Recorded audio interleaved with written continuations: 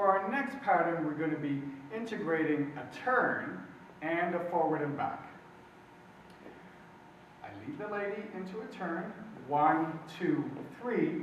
Now Melina's going to do a half turn. I'm going to support her here, hold her hand in place. She steps forward, side, and close.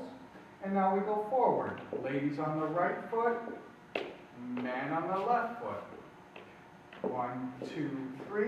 Now the last action, the lady continues to go back. I just turn to face her. 1, 2, 3. And now we're back into a basic on this side. So let's do this again. So I'm leading my partner. 1, 2, 3. I lead her in front of me. 1, 2, 3. Melina goes forward with her right foot. I go forward with my left. 1, 2, 3. We go forward and back. And 1, 2, 3. And I turn to face her. And 1, 2, 3.